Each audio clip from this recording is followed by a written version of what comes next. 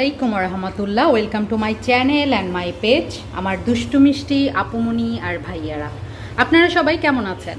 আলহামদুলিল্লাহ, আল্লাহর অশেষ রহমতে আপনাদের দোয়া আর ভালোবাসায় আমরা সবাই ভালো আছি।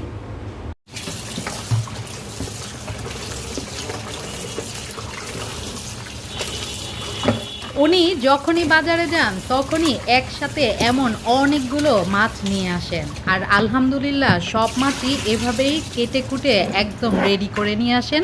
আমি শুধু ধুয়ে প্যাকেট করে প্রিজার্ভ করি। আমাদের কোনো ধরা বাজার নিয়ম নেই যে এক সপ্তাহের জন্য বাজার অথবা এক মাসের জন্য বাজার। আমাদের যখন বাজার এভাবে আনে, যখন শেষ হয়ে যায় আবার তখন বাজার নিয়ে আসেন। আমি অবশ্যই এমন বাজার আপনাদের সবসময় দেখাই না, তবে আজকে ভাবলাম আপনাদের সাথে একটু শেয়ার করি বাজার আনার পর আমি কিভাবে প্রিজার্ভ করে রাখি একদম ফ্রেশ মাছগুলো।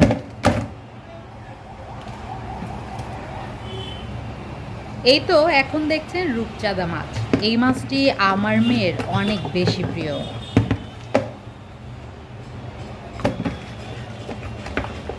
এগুলো হচ্ছে বড় রূপচাঁদা।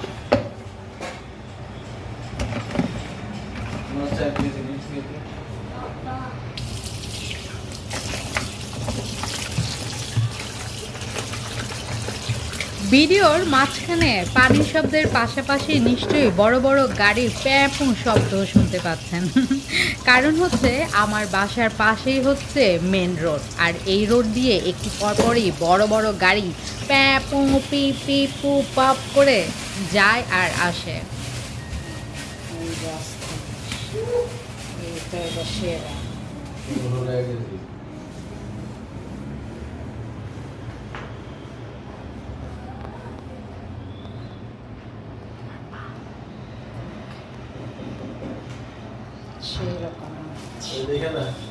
এই যে তোমার মাছ আর এই মাছ দেখো।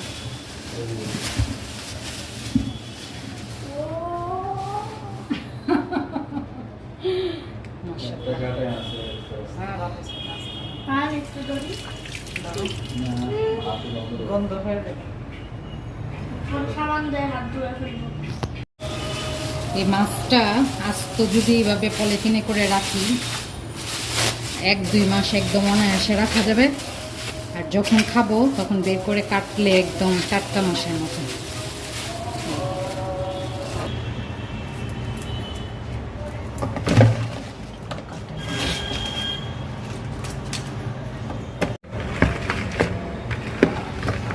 এগুলোর কাটা লাগে হাতে। এগুলো আমি লবণ দিয়ে কিছুক্ষণ রেখে দিয়েছিলাম, এখন ভালো করে ধুয়ে নিব। এইভাবে যদি আমরা ধুয়ে রাখি তাহলে রান্না করার সময় খুব ইজি হয়, হালকা একটু ধুয়ে নিলেই হয়। আর মাছ সবসময় নিজের হাতে ধুয়ে রান্না করলেই বেস্ট, কারণ কাজের মানুষের হাতে এরা কোনো রকম ধুয়ে।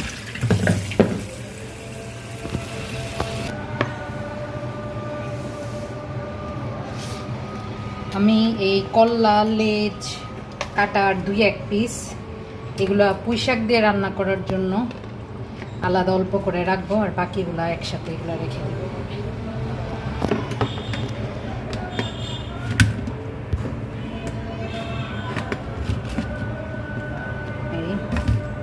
এখন যখন যখন লাগবে তখন তখন এখান থেকে বের করে নেব। এটা হচ্ছে লাস্ট, এটা হচ্ছে রুই মাছ, যেটা ছাড়া চলেই না, মানে রুই মাছ খেতেই হবে। বড় রুই কেটে এনেছে, কারণ বাসায় এটা কাটতে গেলে নষ্ট করে ফেলবে, কত বড় তেল।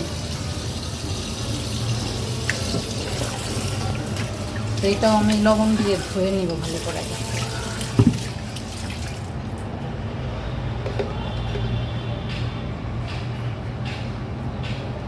লবণ আর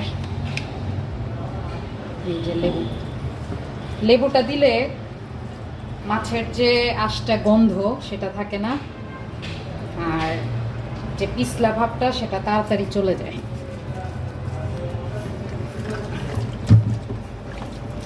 এই যে কল্লা, কল্লা বেশিরভাগ সময় আমি মুড়ি ঘন্টা রান্না করি, তরকারি দিয়ে খুব কমই রান্না করা হয়। তো এইভাবে আমি কিছুক্ষণ মাখিয়ে রাখবো, রাখার পর তারপরে দেবো।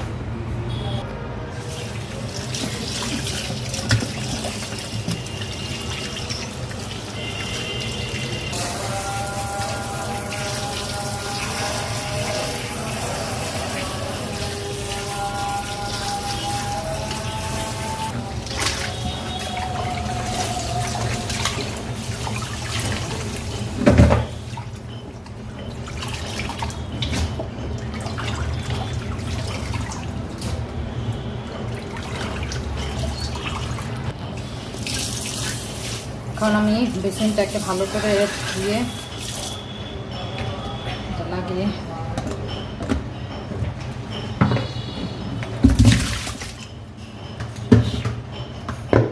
এখন আমি এই পিস আর এই পিসগুলো আলাদা রাখবো, কারণ এই পিসগুলো যদি আমি শুধু দু পেজি করি ভালো লাগে, আর এই পিসগুলো সবজি দিয়ে রান্না করবো, এই জন্য এখন এগুলো সব আলাদা আলাদা করবো। এই যে এগুলা যদি ছোট ছোট পিস করে পেঁয়াজ দিয়ে ভুনা ভুনা করা হয় অনেক টেস্টি লাগে। এগুলো আমি আলাদা একটা বক্সে রাখবো।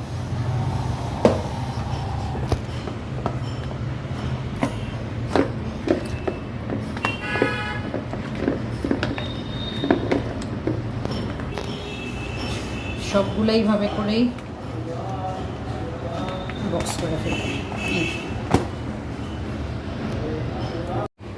এই তো এখানে যে মাছগুলো দেখতে পাচ্ছেন, এটা হচ্ছে রূপচাঁদা ইলিশ, আর এটা হচ্ছে বাইং মাছ, আর এগুলা সবগুলা রুই মাছ। আমি এগুলা তো দেখিয়েছি কিভাবে ধুয়ে কিভাবে এই করেছি। তো এইভাবে করে আমি বক্স বক্স করে সবগুলো প্রিজার্ভ করব, আর এইভাবে রাখলে মাছের স্বাদ একদমই নষ্ট হয় না।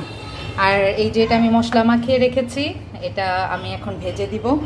আর এখানে রুই মাছের কল্লা লেজ সহ অল্প একটু পিস রেখেছি, এটা আমি মুড়ি ঘন্টা রান্না করব। তো যাই হোক, এইভাবে করে বক্সগুলা সব লাগিয়ে ফেলবো এখন।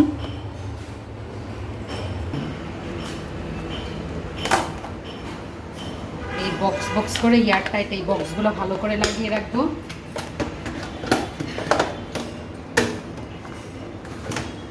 তো এইভাবে মাছ রাখলে আপনারা অনেক দিন ফ্রিজে ডিপ করে রেখে খেতে পারবেন। এইভাবে সংরক্ষণ করলে মাছের স্বাদ নষ্ট হবে না। তো এই হলো আমার আলহামদুলিল্লাহ প্রিপারেশন কমপ্লিট। আজকের মতো এখানে আমি আপনাদের কাছ থেকে বিদায় নিয়ে নিচ্ছি। যে যেখানে আছেন ভালো থাকবেন, সুস্থ থাকবেন, সুন্দর থাকবেন। আল্লাহ হাফেজ। আসসালামু আলাইকুম ওয়া রাহমাতুল্লাহ।